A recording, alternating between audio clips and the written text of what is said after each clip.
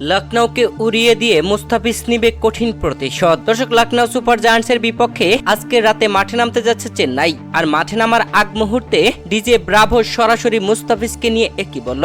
চলমান আইপিএলে মুস্তাফিজের শুরুটা ছিল দুর্দান্ত।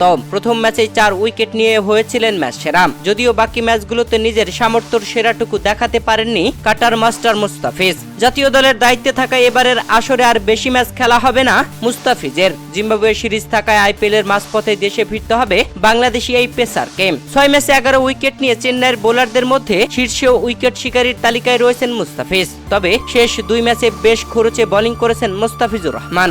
শেষ 2 ম্যাচে 8 ওভার বোলিং করে 98 রান দিয়ে নিয়েছেন মাত্র 2টি উইকেট। তাই চেন্নাইয়ের ঘরের মাঠে লখনৌয়ের বিপক্ষে মুস্তাফিজ একাদশে থাকবে কিনা তা নিয়ে চলছে নানান মতামত। তবে সবকিছু উড়িয়ে দিয়ে চেন্নাইয়ের বোলিং কোচ ব্রাভো নিশ্চিত করেছেন যে মুস্তাফিজ একাদশে থাকবেন।